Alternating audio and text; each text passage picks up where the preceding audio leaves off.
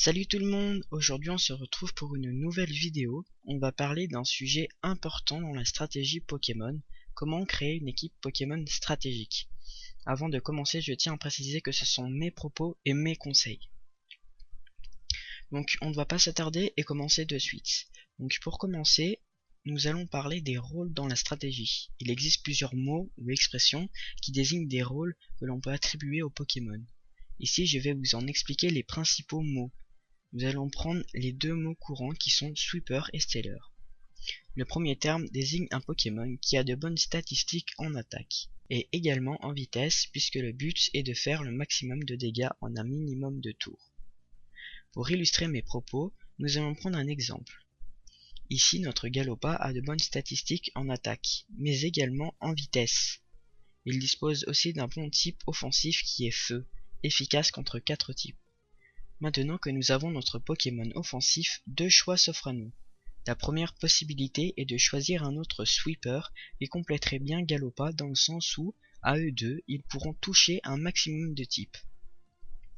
Le deuxième choix serait de choisir un Steller, ce qui désigne un Pokémon défensif qui a de bonnes statistiques en défense et en PV. Personnellement, j'ai choisi la deuxième solution, ce qui permettra d'approfondir le terme de Steller.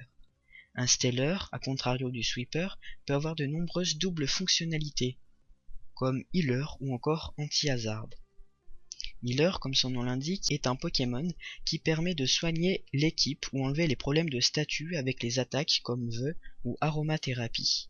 Anti-Hazard, quant à lui, désigne un Pokémon qui permet de nettoyer le terrain avec des attaques comme Tour Rapide, avec des attaques comme Tour Rapide ou Anti-Brume, qui seraient affectés par des attaques telles que Pico ou Piège de Roc. Donc pour en revenir à notre Steller pour notre Galopa, nous choisirons un Steller tout simple.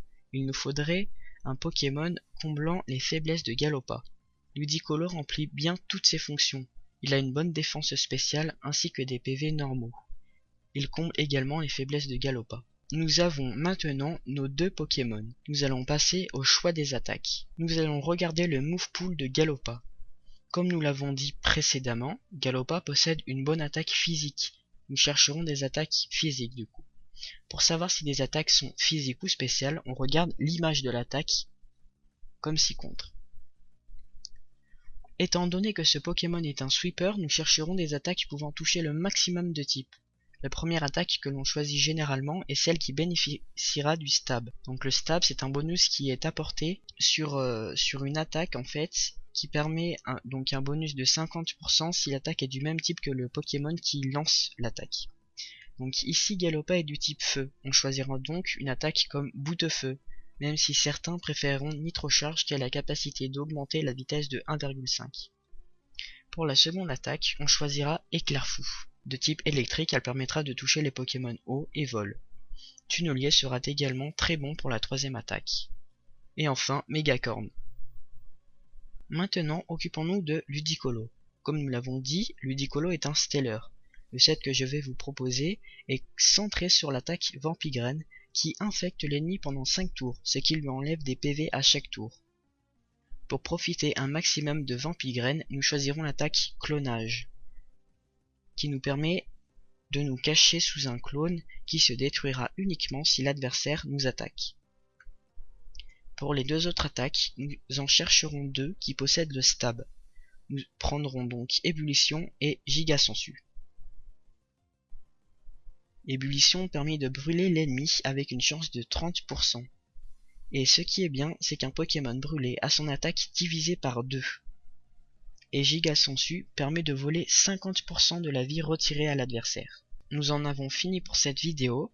Nous avons déjà abordé beaucoup de choses, mais il en reste encore beaucoup à dire, comme les objets, la nature, les EV, les IV, etc. J'espère que cela vous aura plu. N'hésitez pas à me poser des questions dans les commentaires. Des questions sur des termes que vous aurez pas compris, sur est-ce qu'on peut remplacer ce Pokémon par celui-là, est-ce que celui-là est un super, enfin toutes les questions en rapport avec Pokémon, j'y répondrai.